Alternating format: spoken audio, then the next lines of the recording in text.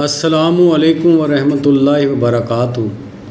اللہ کو جاننے والے لوگ ابو سعید اپنی اسناد سے روایت کرتے ہیں کہ حضرت عبداللہ بن مرزوق رحمۃ اللہ علیہ دنیا میں مشغول تھے، یعنی دنیا کی عیش و عشرت میں رہتے تھے۔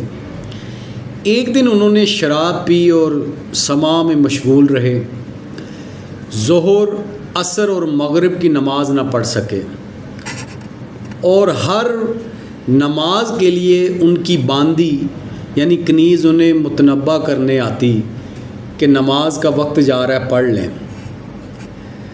پھر جب عشاء کا وقت جانے لگا تو باندی نے دیکھا کہ وہ نہیں اٹھ رہے، تو وہ آگ کا ایک انگارہ لائی اور حضرت عبداللہ بن مرزوق رحمۃ اللہ کے پاؤں پر رکھ دیا۔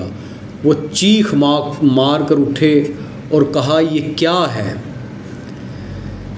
باندی نے کہا کہ یہ تو دنیا کی آگ کا ایک انگارہ ہے، آخرت کی آگ کیسے برداشت کرو گے؟ حضرت عبداللہ بن مرزوق رحمۃ اللہ پھر نماز کے لیے کھڑے ہو گئے اور ان کے دل میں باندی کی بات بیٹھ گئی۔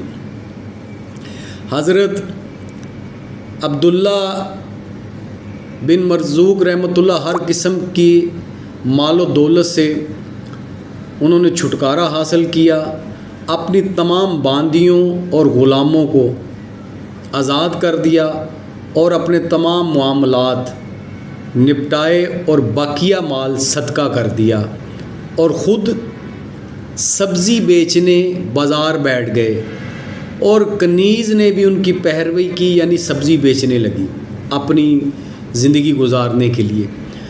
ایک مرتبہ ان کے پاس حضرت سفیان اور فضائل بن عیاض آئے، یہ اپنے سر کے نیچے اینٹ لگائے لیٹے ہوئے تھے۔ حضرت سفیان رحمۃ اللہ نے پوچھا کہ جب کوئی شخص اللہ تعالیٰ کے لیے دنیا چھوڑتا ہے تو اللہ تعالیٰ اس کے لیے کیا کرتا ہے؟ حضرت عبداللہ بن مرزوق رحمۃ اللہ نے فرمایا کہ اللہ تعالیٰ نے مجھے اس حالت پر رضا مند کیا ہے، یعنی مجھے اس حالت پر اپنے اللہ کی رضا مندی ملی ہے اور میں اسی میں راضی ہوں۔ یہ ہیں اللہ کو جاننے والے۔